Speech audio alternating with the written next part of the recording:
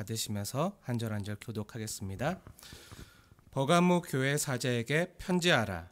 좌우의 날성검을 가지신 이가 이르시되 내가 어디에 사는지를 내가 아노니 거기는 사탄의 권자가 있는데라.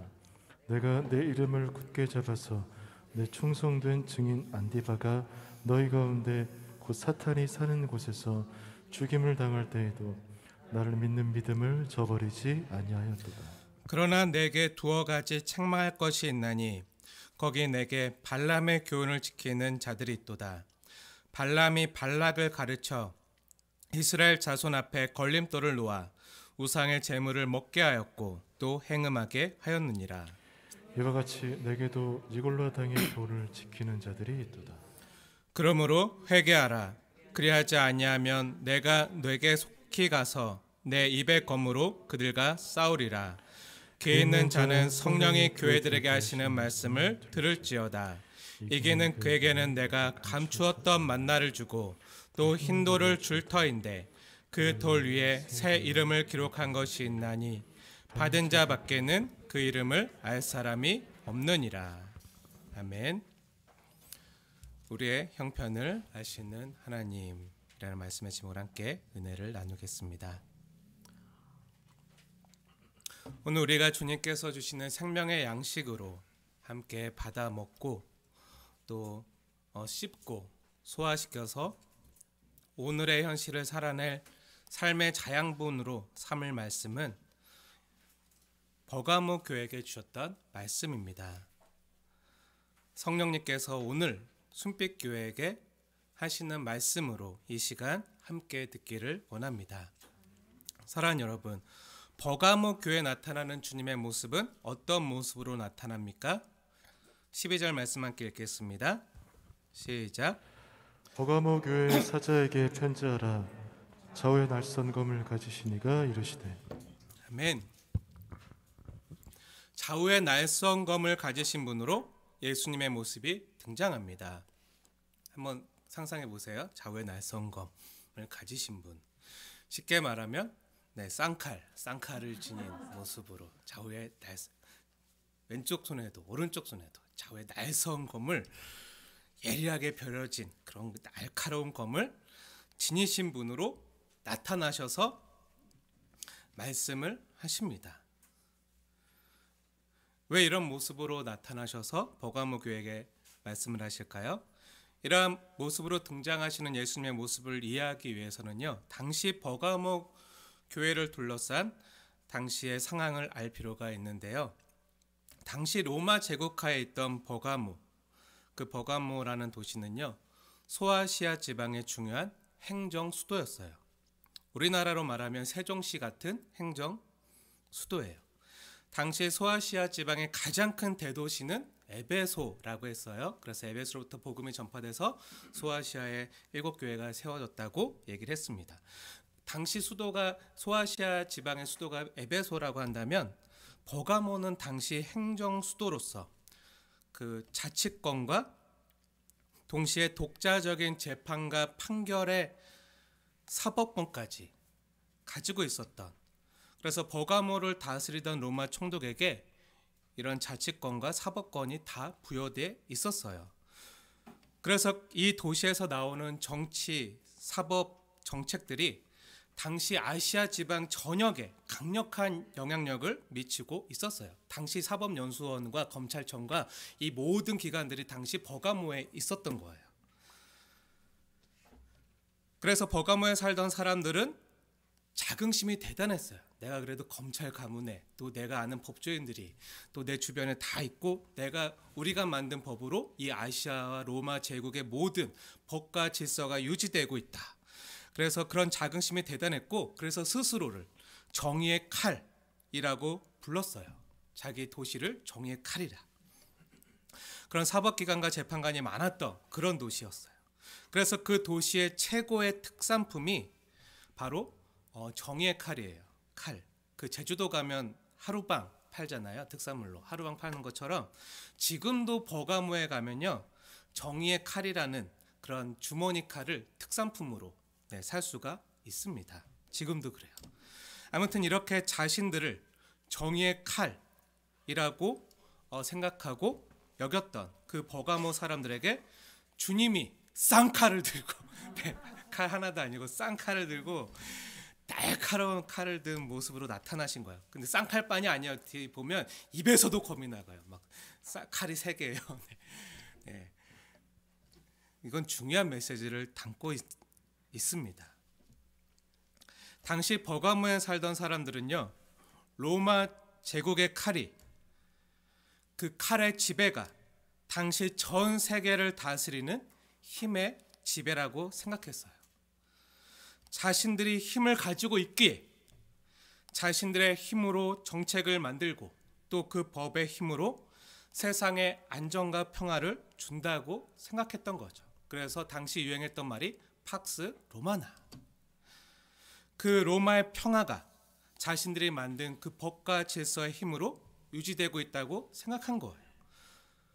그런데 그 버가모 사람들에게 좌우의 날선 검을 가지신 예수님께서 나타나셨다는 것은요, 이 세상을 지배하고 통치하고 다스리는 실세가 로마 제국이나 황제가 아니라 예수 그리스도의 입에서 나오는 말씀임을 선포하고 있는 거예요. 겉으로 오면 세상 나라와 공중권세에 잡은 자들이 세상을 통치하는 것 같지만, 돈 많은 사람들이, 부와 권력을 갖고 있는 사람들이 세상을 통치하고 있는 것 같지만, 실상은요, 하나님께서 온 세상을 통치하시고 이 세상은 주님의 말씀대로 흘러갈 것이고 주님의 말씀대로 하나님의 나라가 완성될 것이라는 가르침이에요. 그 이 하나님 나라의 후사, 상속자들이 바로 하나님의 말씀을 지키며 살아가는 하나님의 백성들임을 알려주고 있는 것이죠. 그래서 좌우의 날성검을 지니신 분으로 나타나신 주님께서 버가모 교회를 칭찬하는 모습 역시, 너가 세상의 칼날의 힘으로 위협하는 로마 제국이나 황제가 아니라 그들조차도 능히 심판하실 수 있는 진정한 심판자 되신, 진정한 재판자가 되신 주님께 목숨을 바쳐 끝까지 충성한 그 안디바와 버가모 교회 성도들을 칭찬하고 계신 거예요. 정말 그런가 함께 보겠습니다. 13절 말씀 함께 읽겠습니다. 시작. 내가 어디에 사는지를 내가 아노니 거기는 사탄의 권자가 있는 데라. 내가 내 충성된 증인 안디바가 너희 가운데 곧 사탄이 사는 곳에서 죽임을 당할 때에도 나를 믿는 믿음을 저버리지 아니하였도다. 아멘. 우리가 지난주에 선모나 교회에서도 살펴보았지만요, 당시 로마 제국에 있었던 악법이 바로 황제 숭배법이었어요. 옛날 일제가 신사참배하도록 강요했던 것 같이 당시 로마도 황제의 신상을 만들어 놓고 황제는 주님이십니다 라고 그 신전에 가서, 황제의 신상 있는 신전에 가서 아니면 광장에 가서 황제는 주님이십니다 라고 공물을 바치고 고백을 안 하면 감옥에 가거나 사자밥이 되거나 사형을 당하도록 되어 있었어요. 당시 버가모라는 도시에는요, 온갖 신전들이 모여있던, 그런 어떻게 보면 우상 숭배의 중심지라고 할 수 있는 그런 도시였는데요, 당시 버가모에는요, 제우스 신전, 아데미 신전, 디오니소스 신전, 데메테르 신전과 같은 4대 신전들이 모두 있었고요, 또 당시 사탄을 형상화한 뱀의 모양을 닮은 뱀신 아스켈레피오스 신전이 그 버가모에 있었어요. 버가모 가장 높은 언덕에 그 아스켈레피오스 신전, 당시 뱀신을 모시고 숭배하다, 요즘으로 말하면, 쉬운 말로 하면 사탄 숭배자들이 가득했던 그런 신전이었어요. 오늘 본문 말씀의 13절에 예수님께서 너가 어디에 사는지 내가 아노니 거기는 사탄의 권자가 있는 데라 라고 말씀하신 이유가 있는 것이죠. 우리는 이것을 잘 모를 수 있어도 당시 처음 버가모 그 도시에 살던 성도들은 딱 들으면 다 아는 거예요. 뭘 알죠? 아, 주님이 우리의 형편과 사정을 아시는구나. 우리가 이렇게 힘들게 살고 있는 것을 다 아시는구나. 모르시지 않는구나. 주님께서 사탄의 권자가 있는데 너가 살고 있구나 하신 이유는 단순히 그 아스클레피오스 신전을 가리켜서 말한 것만이 아니라 당시 버가모에 왕성하게 성행했던 그 로마의 황제 숭배를 가르쳐서 말씀한 것이기도 한데요.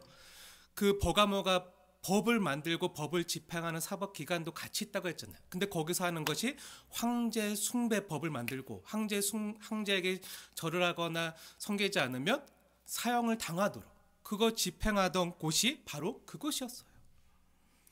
우리가 지난주에 서머나 교회에서 보았던 황제 숭배가요.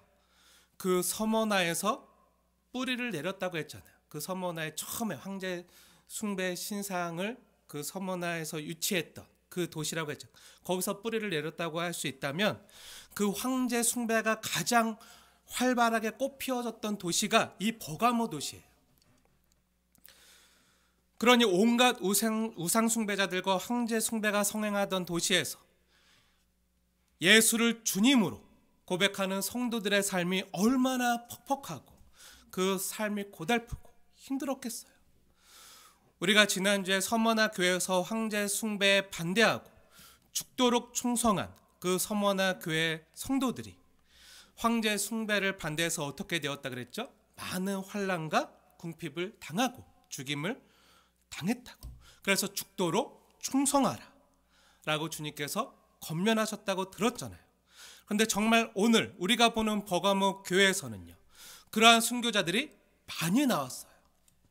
실제적으로 그 이름들이 거명되고 있어요. 황제 숭배를 거부하고 오직 예수님만이 나의 주님이십니다 라고 믿음을 고백한 충성된 증인들이 많이 있었던 거예요. 그중 오늘 본문에 나오는 대표적인 사람이 누구죠? 네, 안디바예요. 이 안디바에 관해서는 자료가 많지 않은데 이 안디바에 대해서 유일하게 렌스키라는 그 성경학자가 기록을 해주고 있는데요. 그 기록을 보면 이 안디바는 당시 버가모 교회 목사님이었어요. 담임 목사님. 버가모 교회 목회자였는데 황제 숭배를 거절하다가 옥에 갇히고 끝내 황제가 주님이시다 라는 고백을 하지 않아서 순교를 당하는데 어떻게 순교를 당하냐고 기록되어 있냐면요. 아주 뜨겁게 달구어진 커다란 녹그릇, 커다란 그 한 3, 4m 되는 커다란 그 녹그릇과 같은 사발을 아주 뜨거운 불로 달구는 거예요.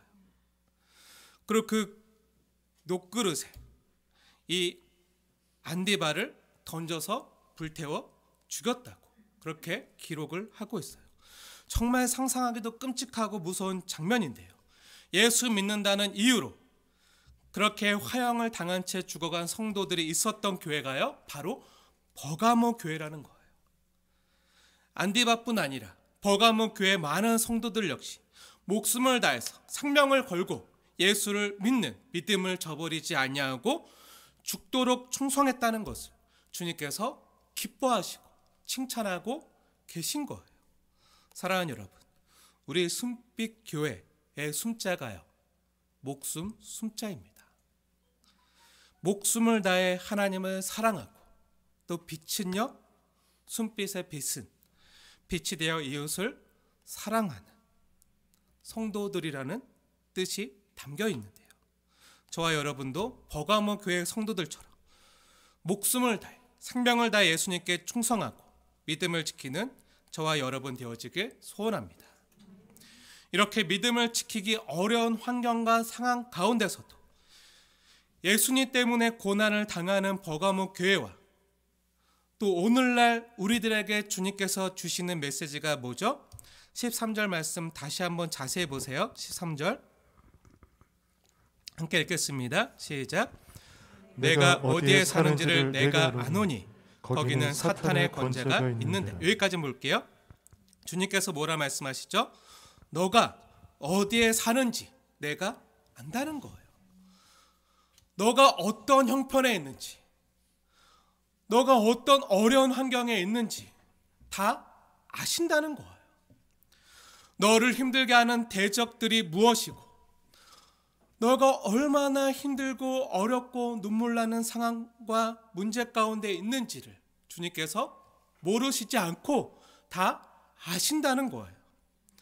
그 모든 문제와 상황에도 불구하고 너가 나의 이름 때문에, 그 예수의 이름 때문에 나를 믿는 믿음을 저버리지 아니한 것을 내가 칭찬하고 기뻐한다는 거예요. 사랑하는 여러분, 우리 주님께서 이 본문을 통해서 무엇을 강조하고 계시죠? 주님이 모르시는 가운데 우리의 인생이 펼쳐지는 경우는 전혀 없다는 거예요. 우리의 모든 고난과 아픔의 상황을요, 주님께서 모두 하감하시고, 하감한다는 게 뭐죠? 내려 굽어 살펴보시고, 모두 소상히 아시는 하나님께서 우리를 힘들게 하고 억울하게 하고 눈물 나게 하는 그 문제가 무엇인지, 그 대적이 무엇인지, 그 대적이 가난인지, 육신의 질병이든지, 끊지 못하는 죄의 습관이든지, 그 모든 상황을 다 헤아리시고 아시는 주님께서, 좌우의 날성검을 가지신 그 주님께서, 그 전사의 모습을 하신 그 주님께서 우리 원수와 대적들에게 대하여 주님께서 대신 싸워주시겠다는 거예요. 사랑하는 여러분, 주님이 아십니다. 우리 형편을 다 아세요. 우리가 앉고 일어서고 눕고, 우리가 무엇 때문에 잠 못 자고 아파하고 억울하고 답답하고, 우리의 삶이 얼마나 힘든지 또 눈물 나는지, 우리의 머리카락 하나까지 다 세심받은 주님께서요, 우리 집에 있는 쌀, 알, 개수까지 다 알고 계신 주님께서요, 우리의 형편과 사정을 아시고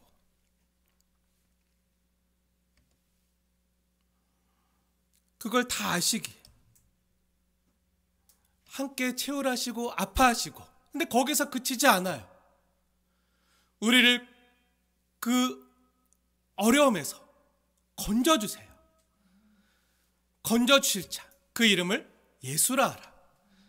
그 이름 때문에 그 힘들고 어려운 상황이지만 거기서 건지실 자, 구원하실 자, 그 예수의 이름을 붙들고 그 하나님의 백성이 되어 살아가는 그 사람들에게 좌우의 날성검을 지니신 주님께서요, 죄와 사망과 음부의 권세와 싸우시고 주님께서 우리의 대적들에게 대하여 함께 싸워주실 것이니 다 내가 알고 있으니, 그리고 내가 도울 것이니 힘을 내라는 거예요.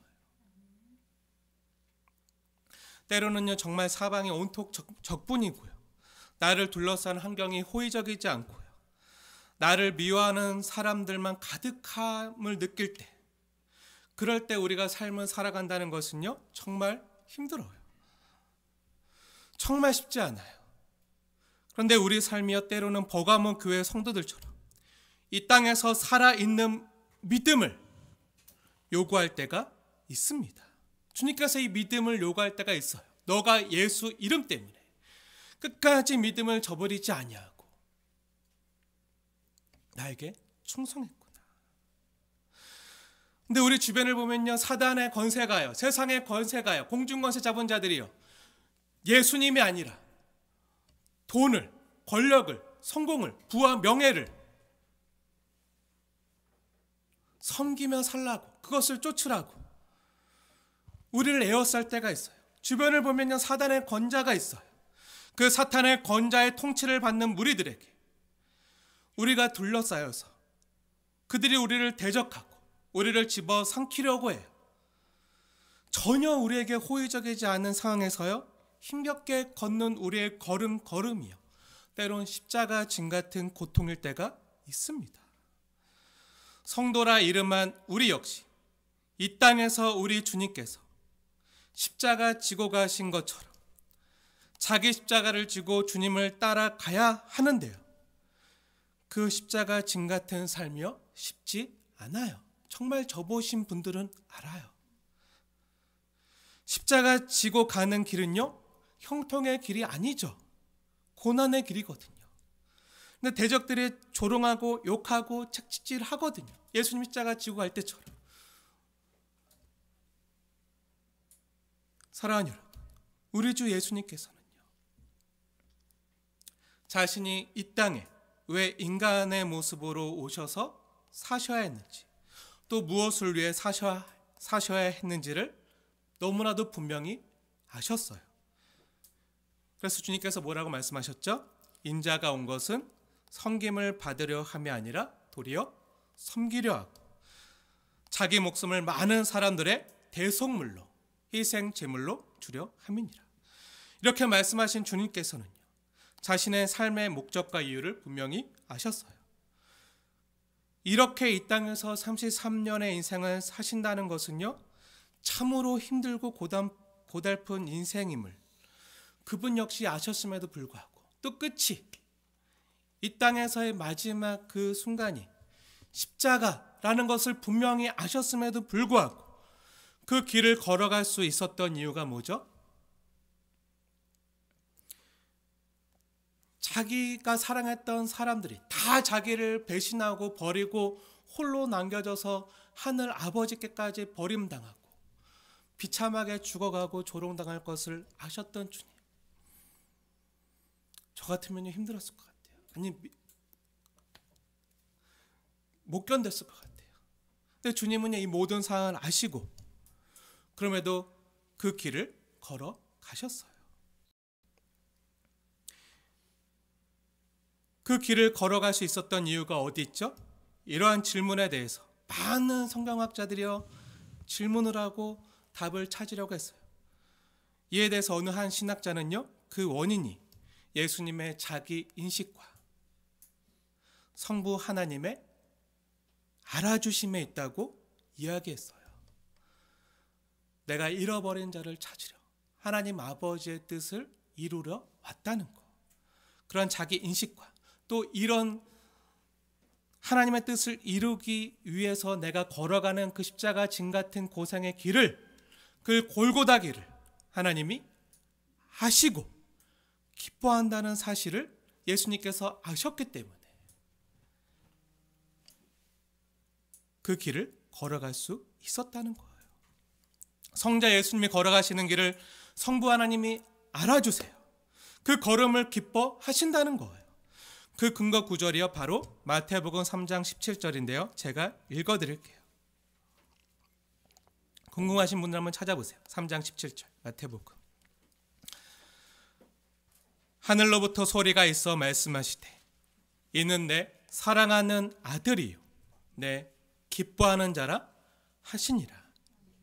이 음성은요, 예수님께서 세례를 받으시고 물에서 올라오실 때 하늘이 열리고 성부 하나님이 예수님께 말씀하시는 음성이에요. 그때 성령이 비둘기같이 임할 때 성자 예수님께서 성부 하나님으로부터 들은 그 애정어린 애틋한 말씀이에요. 너는 내 사랑하는 아들이요 내 기뻐하는 자라. 이러한 성부 하나님의 음성을 날마다 하나님 아빠로부터 들었기 때문에 그 음성이요 예수님의 마음 심령 가운데 살아 있었기 때문에 힘들고 어려울 때도요 지치지 않고 십자가의 길을 완성하시고 사명을 온전히 이루어 내셨다는 거예요.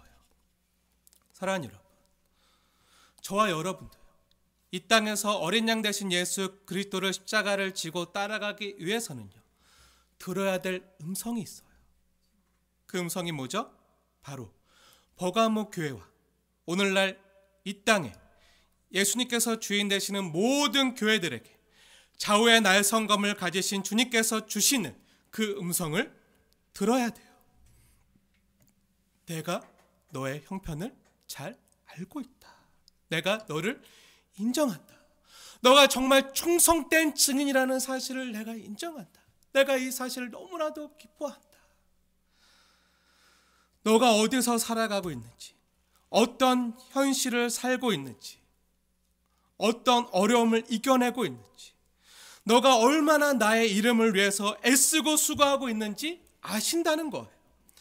세상 사람들은 몰라줘도 괜찮아요. 온 세상 날 버려도 괜찮아요. 주 예수님만 알아주시면, 주 예수님만 나를 알아주시면, 예수님만 나의 진심을 알아주시며, 다른 사람들이 내가 하는 수고를 다 몰라줘도 내가 가장 사랑하고 또 나를 가장 사랑하신 그 예수님만 날 알아주시고 인정해 주시고 날 돌아봐 주시면 그걸로 족한 거예요. 사랑하는 여러분, 오늘 이 주일 아침에 예수님으로부터 이런 사랑의 음성을 듣는 저와 여러분 되어지길 축복합니다. 여기까지 주님이 주시는 위로와 칭찬의 메시지를 듣고 끝나면 좋겠지만 더 들어야 될 게 있어요.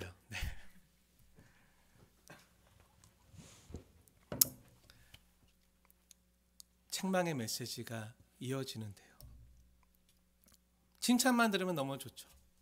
하지만 우리 주님께서요, 우리 교회와 우리 영혼이 건강해지기 위해서 아프지만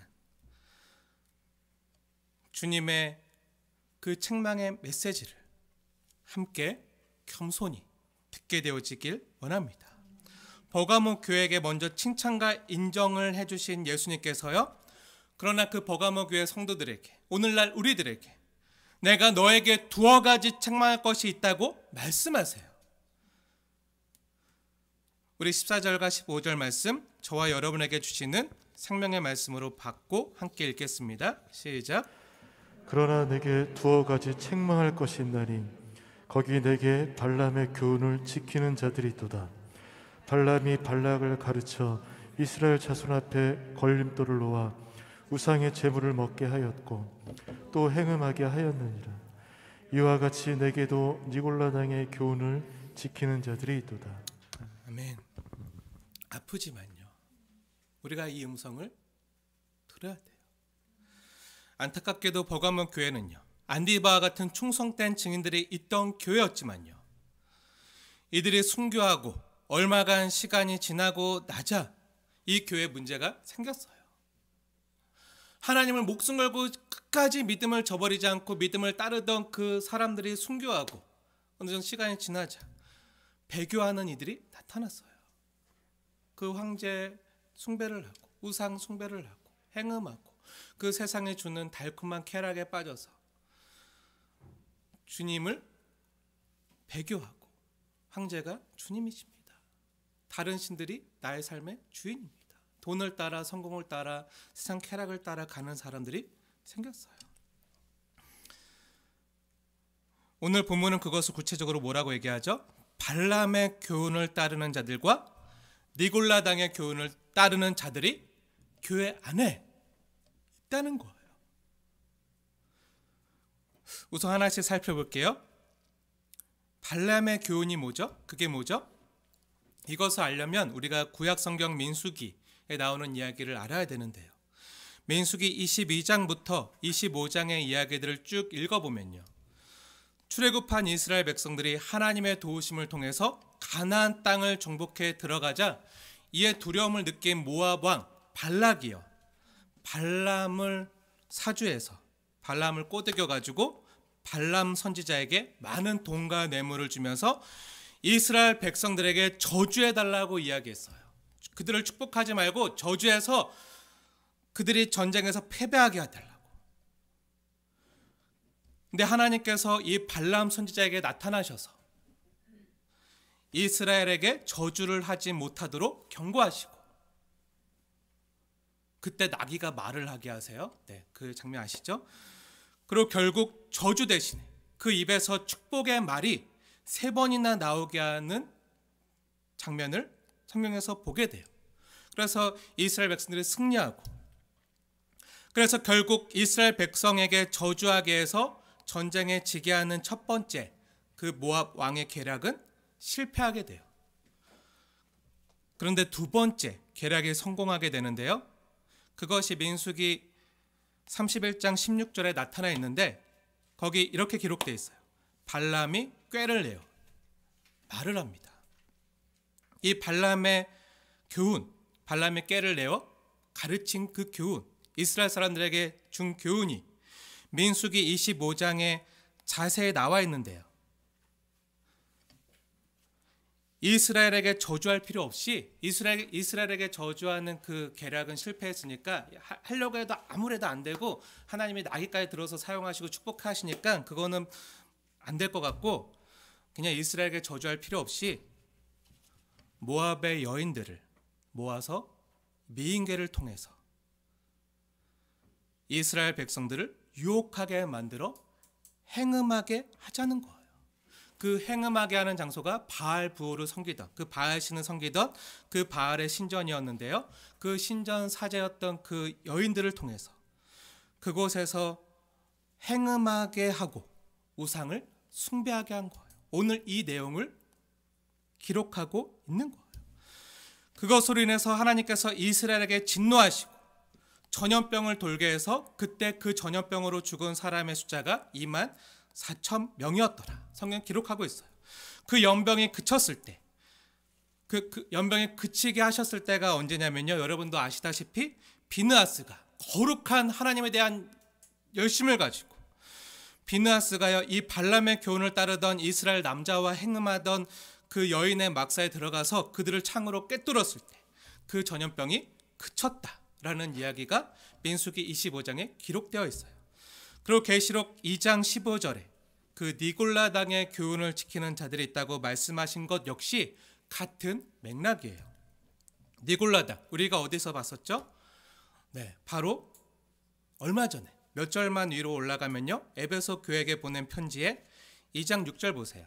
2장 6절 보면 예수님이 칭찬하는 장면 가운데 에베소 교회 성도들이 니골라 당의 행위를 미워하는도다. 나도 이것을 미워하노라 하고 예수님께서 에베소 교회를 칭찬하셨다고 우리가 살펴봤잖아요. 그때 니골라 당이 뭐라고 했었죠? 니골라 당의 교훈이 뭐라고요? 니골라 당의 교훈은요, 그 이언론에 뿌리를 두고 있는데 그 영은 고귀하고 거룩하고 육은 천하고 속하다는 영지주의 이언론의 가르침이에요. 이단 사설이죠. 그래서 어차피 예수 믿어서 우리 영혼은 이미 구원받아서 천국 티켓을 확보해 놓았으니까 육신은 이 땅에서 아무렇게나 굴려도 괜찮다는 그런 가르침이라고 했잖아요. 그래서 쾌락주의로 빠진다고 했어요. 예수 믿어도 마음껏 죄짓고 살아도 괜찮아. 어차피 우리는 천국 가게 돼 있어. 그런 잘못된 가르침이죠. 그 예수님께서 책망하는 두 가지 죄가 바로 이 두 가지 발람의 교훈과 니골라당의 교훈이 가리키는 것이 바로 돈과 성적인 방탕이에요. 발람이 돈을 받고 저주한 것과 또 행음하게 한 것, 니골라당의 가르침 역시 어차피 우리 영혼은 어떻게 해도 예수 믿고 구원받는데 육신은 배부르고 아무렇게나 그 돈과 권력을 위해서 그걸 추구하면서 살아도 되고, 그리고 우리의 몸은 아무렇게나 쾌락을 위해서 그것을 즐겨도 된다는 그런 가르침이에요. 그런데 여기서 질문이 드는 것은요, 아니 얼마 전까지 어떻게 안디바와 같은 그런 위대한 순교자들이 나온 그 버가모 교회 사람들이 지금 보니 어떻게 이렇게 추한 잘못된 이단 서설인 발람의 교훈을 쫓고 니골라당의 교훈을 쫓는 그 자들을 교회에서 용납할 수 있었는가 하는 거예요. 에베소 교회는 니골라당을 미워했는데 버가모 교회는요, 니골라당을 좋아하고 같이 어울리면서 같이 그걸 쫓은 거예요. 이에 대해서 예수님의 진단이 뭐죠? 앞서 에베소 교회의 가장 큰 문제가 뭐라고 했었죠? 사랑을 잃어버린 채 진리만 고집하는 것. 그것이 가장 큰 에베소 교회의 문제였다면 버가모 교회의 가장 큰 문제는요, 바른 진리를 잃어버린 채 사랑이라는 미명 아래 거짓된 가르침을 용납했다는 거예요. 사랑하는 여러분, 교회의 본질은 사랑이심을 믿으시기 바랍니다. 근데 이 사랑은요, 무절제하거나 방탕한 사랑이 아니라 진리 안에서의 사랑인 줄 믿으시기 바랍니다. 사랑은 우리에게 속한 게 아니에요. 사랑은 하나님께 속한 거예요. 우리에게 사랑이 없어요. 그 하나님부터 오는 그 사랑을 받아서 그 사랑 안에서 진리를 추구해야지 우리가 건강해질 수 있는 것입니다. 사랑이 정말 중요하지만요, 그 사랑은요, 사람을 살리는 사랑이지 사람을 망하게 하는 사랑이 아니에요. 만약에 내 사랑하는 자녀가요, 남의 물건을 보고 너무 갖고 싶고 탐이 나서 자신의 욕심을 이기지 못하고 몰래 가지고 왔을 때, 그때 이 사실을 안 부모라면요, 그 자녀를 정말 사랑한다면요, 어떻게 해야 하죠? 바른 길 가게 하는 게 진짜 사랑이에요. 그냥 사랑한다고 얼마나 갖고 싶었으면 그랬을까. 너가 아빠가 힘들게 일하는 거 알고, 아빠 고생하는 거 알고, 너가 스스로 그렇게 하고 그냥 용납하고 넘어가면 바늘도둑이 소도둑 되는 거죠. 그 영혼은 망하는 거예요. 사랑하는 여러분, 사랑이라는 미명 아래 값싼 면죄부를 주는 경우가 얼마나 많은지 몰라요. 특히 우리 자신도요. 우리 자신도 모르게 교회 안에서 성도의 삶 속에 동각 쾌락을 즐기는 그런 세상의 가치관이 흘러 들어와서 우리를 잠식하고 좀먹고 있음에도 불구하고 때로는 그냥 은혜롭게 해, 은혜롭게 하지 뭘 그렇게 꼬치꼬치 지적하고 그걸 걸고 넘어지냐고 할 때가 얼마나 많은지 몰라요. 우리 안에 기복신앙과 세속적인 번영신학이 독버섯처럼 그렇게 자라가고, 또 이런 메시지들이 강단을 뒤덮고 그렇게 전해진 말씀들이 나의 탐심을 자극하고 죄와 사망을 낳도록 이끌어감에도 불구하고 어떻게 해서든지 형통하고 성공해서 복받으라는 메시지라면 오늘날 또 다른 발람의 교훈을 따르는 것입니다. 겉으로는 성공과 복을 빌어주지만 실제로는 망하게 하는 거죠. 공격을 받았어요.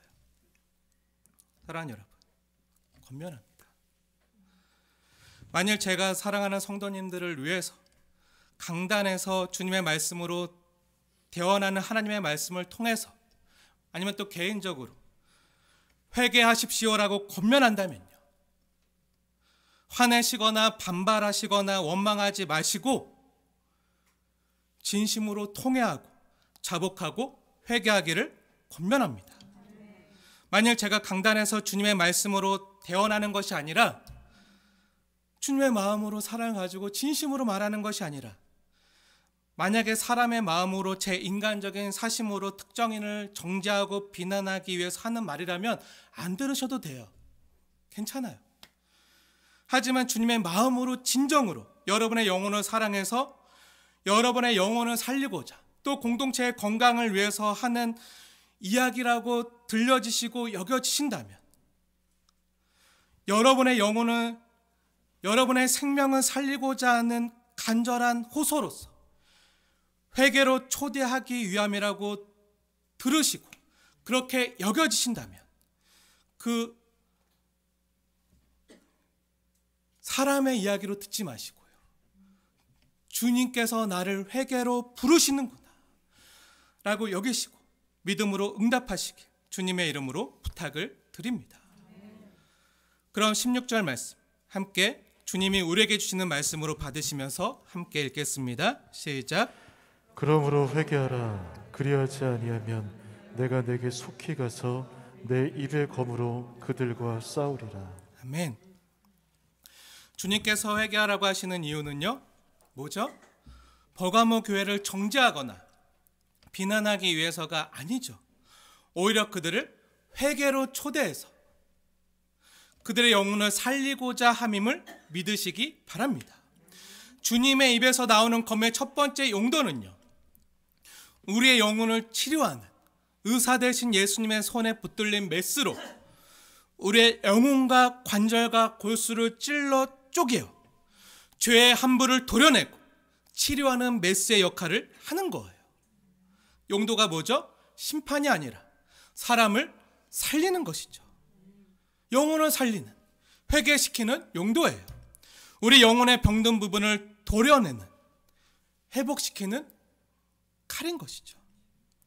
그럼에도 회개하지 않으면요, 주님께서 회개하지 않는 영혼과 대항해서, 믿음에서 떠난 이들과 대항해서, 배교한 이들과 대항해서 심판주로서 주님의 검으로 싸우십니다. 우리가 끝내 회개하지 않고 죄악에서 돌이키지 않으면요, 하나님께서 회초리를 드시는 거예요. 아프지만 우리를 사랑하시기 때문에 징계하시는 거예요. 그러므로 주님께서 회개하고 돌이키라는 말씀이 들리실 때는요, 속히 돌아서야 됩니다. 그 가던 길에서 돌아서야 돼요. 그때는 정말 하나님께 두 손 들고 항복하는 것만이 유일한 살 길입니다. 완전히 망하기 전에 항복하고 돌이키라는 주님의 경고의 메시지인 거예요.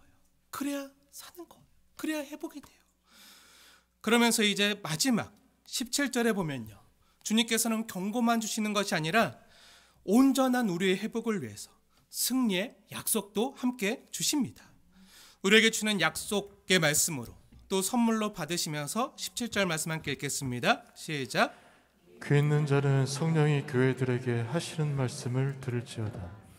이기는 그에게는 내가 감추었던 만나를 주고 또 흰 돌을 줄 터인데 그 돌 위에 새 이름을 기록한 것이 있나니 받는 자밖에는 그 이름을 알 사람이 없느니라. 아멘.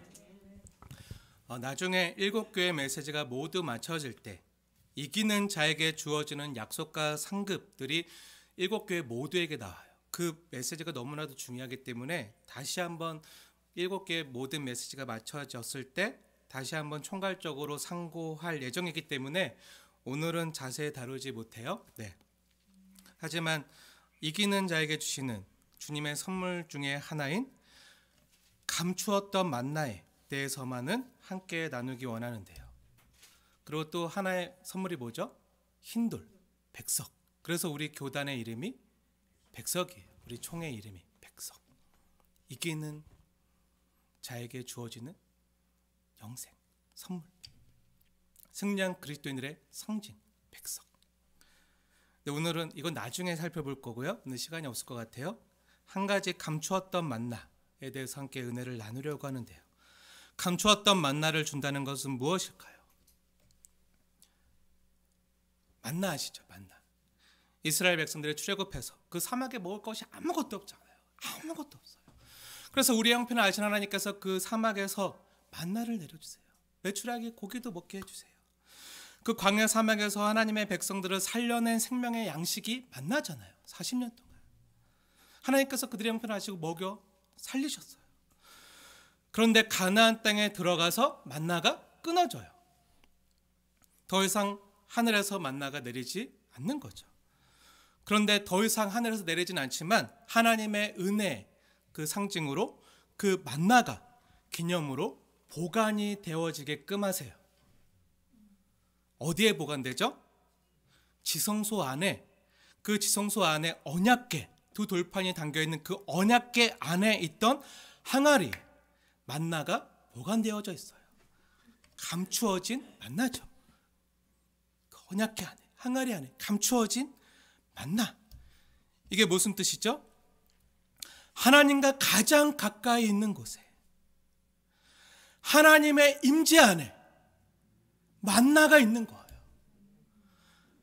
하나님의 임재 속에서 하나님의 영광을 우리가 누리고 경험하는 그 안에 우리를 오늘 이 어려운 현실 가운데 진정으로 살게 하는 진짜 힘과 능력이 그 하나님의 임재 안에 감추어진 만나가 있다는 거예요. 이기는 그에게는 내가 감추었던 만나를 주겠다. 이기는 자만이 주님이 주시는 감추었던 만나의 참맛을 알 수가 있는데요. 이것이 진짜 천국의 맛이구나. 아, 이게 천국이구나. 진짜 초막이나 빈들이나 아무것도 없고 힘들지만 너무 사는 게 행복해요. 즐거워요. 천국이에요. 하나님 나라를 누리는 거예요. 세상의 동각쾌락을 쫓아가는 사람들은 알 수 없는, 그 발람과 니골라당의 교훈을 따르는 사람들은 알 수 없는 그 맛, 진짜 참맛, 이기는 자들만 알 수 있는 그 맛, 하나님 안에서만 맛볼 수 있는, 세상이 전혀 알 수도 없고 짐작도 못하는 그 맛, 하나님을 섬기는 맛, 하나님을 예배하는 맛, 하나님의 말씀을 듣는 맛, 종이 되는데요. 주님의 종이 되고 지체들의 종이 되어 섬기는데 너무 행복한 거예요. 세상은 지배하고 다스리려고 하는데 거기서 행복을 느끼는데 아니죠. 이기는 자들은요, 주님의 마음으로 종이 되어 주님을 섬기고 지체를 섬기는데 주님이 주시는 진짜 그 하늘의 맛, 그 사랑의 맛, 주님이 부어주시는 그 참된 행복의 맛을 아는 거예요. 하나님과 이해하고 대화하는 맛, 이것은요, 하나님과 이야기한, 정말 하나님과 깊은 기도 가운데 들어가서, 깊은 기도의 교제 가운데 들어가서 주님이 나를 정말 만나주셨을 때, 내가 단순히 기도하는 것만이 아니라 주님의 음성을 듣고 주님과 대화하고 주님이 나를 안아주시고 나를 품어주시고 내 눈에서 흐르는 눈물을 닦아주시고 알아주시고, 그때 기도하는 중에 하나님께서 찾아오시고 주님의 사랑을 부어주시고 주님의 임재 가운데, 그 영광 가운데 가득 주님의 그 십자가의 뜨거운 사랑이 전해져 올 때요, 그것을 경험하고 누려본 사람은요, 정말 이렇게 기도하다, 이렇게 주님과 이야기하고 주님과 교제하다, 그냥 마라나타 주 예수여 어서 오시옵소서, 그냥 이대로 이 기도 시간이 끝나지 않았으면 좋겠다. 이 주님과의 만남이 정말 계속되었으면 좋겠다. 쉬지 않고 기도하는 삶, 내 삶의 매일매일 일상 가운데서 이 하나님과 이야기하고 이 하나님의 영광을 맛보고 그 임재를 누리는, 이기는 자들만 알 수 있는 그 감추어진 만나, 세상이 알 수 없는 이기는 자들에게 주어지는 그 만나를 너희들이 먹어야 되고, 그 만나를 먹는 사람만 하나님 나라의 참맛을 맛보고 느끼고 경험할 수 있다는 거. 이것은요, 맛본 사람만 알아요. 우리가 다 함께 맛보아 알게 되어지길 축원합니다. 이 만나는요, 예수님께서 요한복음에서 자신을 가리켜서 하늘로부터 내려온 만나라고 하셨어요. 예수를 날마다 맛보는 것, 진리의 말씀이신 예수를, 너희가 옛날에 광야에서 만나를 먹고 생명과 삶을 유지했던 것처럼 지금 이 생명의 양식인 하나님의 말씀, 우리를 살리는 말씀, 우리를 회복시키는 말씀, 우리를 먹이는 일용할 양식, 그 예수의 생명의 양식을 먹고 이 땅에서 하늘의 맛을 느끼고 여러분의 영혼에 생명을 얻게 하고 더 풍성히 얻게 하시는 양식인 줄 믿으시기 바랍니다. 이 양식을 오늘만이 아니라 매주일, 아니 매일매일 함께 먹고 맛보고 누리는, 그래서 꿀보다 더 달고 달콤한 나를 살게 하는 맛으로 날마다 경험하는 저 여러분 되어지길 주님의 이름으로 축원을 드립니다.